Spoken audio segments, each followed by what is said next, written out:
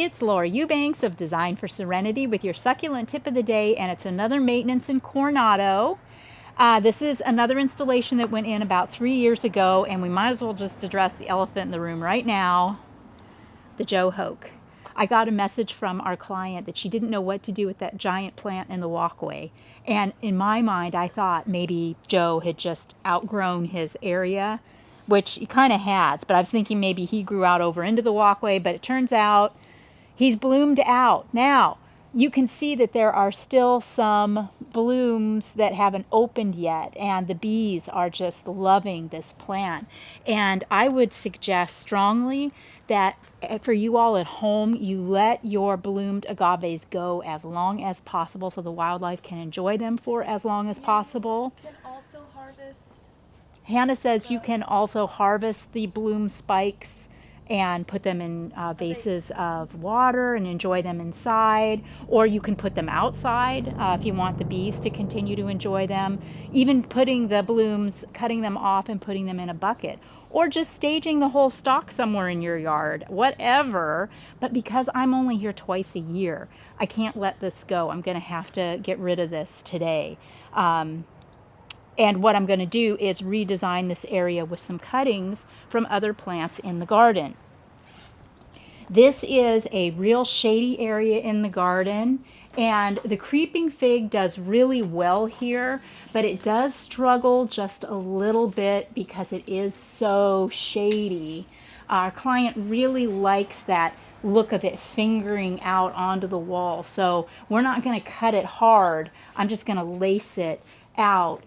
Take off, some of these pieces that are flopping forward. It's just important to follow it all the way to its point of origin, or this is what happens. If you sever a piece that's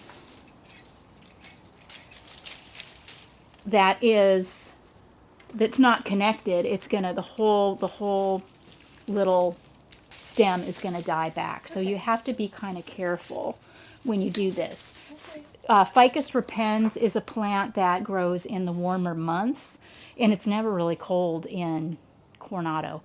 So it'll probably continue to grow year-round here. Here's another jaguar, Agave jaguar. Clearly, this was another project where I was in my jaguar phase. And we're going to have to trim the blooms on that. But yeah, everything in here, the bromeliads, the crassulas, everything looks really, really good. The Crassula orgialis. This is the blue variety. This is a cousin to the copper spoons. This particular orgialis, as you can see, is more of a silver or a blue. Very, very pretty. Look at it over here. This one I found tends to be a little bit persnickety, though. It doesn't always do well everywhere I plant it, but here in Coronado, it sure is happy. Look at this quadricolor hand. Dang! I don't know why that's so vibrant and gorgeous, nor do I know why it hasn't pupped, but I'm here for it. Did well pulling all last time. Yeah, I don't remember pulling any pups off of that one. I think that may have been a pup from the stand outside. Look at these lemons on the neighbor's tree. Oh my gosh, they're insane. Wow. All right, so out here, yeah, you can see there's a little bit of fungus happening on this euphorbia. It adds to the charm. Hannah says it adds to the charm, but I am going to just go ahead and spray that with some pesticide to see if we can't mitigate. Everything here in the tapestry area has just knitted together so beautifully. This Petalanthus bracteus, I will go in today and I will lace it out a bit. It's starting to go run a little amok. But yeah, overall, I'm loving it. I haven't seen, knock on wood, I haven't seen any aloe mite in my maintenances this week at all. We've got Alex with us again on this installation. Hi, Al. Oh my gosh. Look at the moonstones. Aren't those stunning? Happy, happy plant. Yeah, definition of succulent is right. And these Agave attenuata foxtails look really, really good right now. But we're going to have to make decisions about those probably next year or perhaps even at the next service, because I think they're going to continue to grow. There's a little bit of deadheading, a few little weeds, nothing serious. We're going to limb up the lower branches of the orange tree at the client's request. But yeah, this will be a fun one. The pots look good. Yeah, she still has a pumpkin out here. It's January. Oh, over here you can see a Ruchia has died.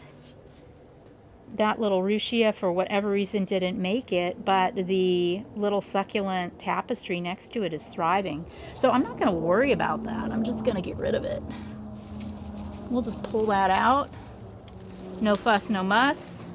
Don't really feel like we need a whole lot there anyway. I'll just move the pebbles back in the gap, probably reset this little aeonium, and we'll be good to go there.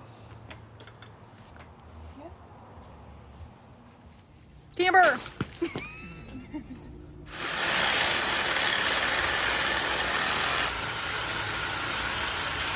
Okay, so it is a wrap in Coronado on our twice annual maintenance.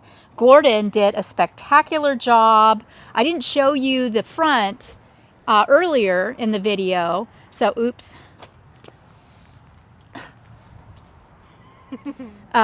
So in here, because the plants looked so good, you can just focus on the plants. Okay, yeah, Alex is filming, and this is her first time, so be gentle with Alex. Since the plants all looked so good, Gordon basically just picked leaves and detritus and reset rocks. There really wasn't a whole lot of even pruning that was needed out here. I mean, look at this Crassula undulata.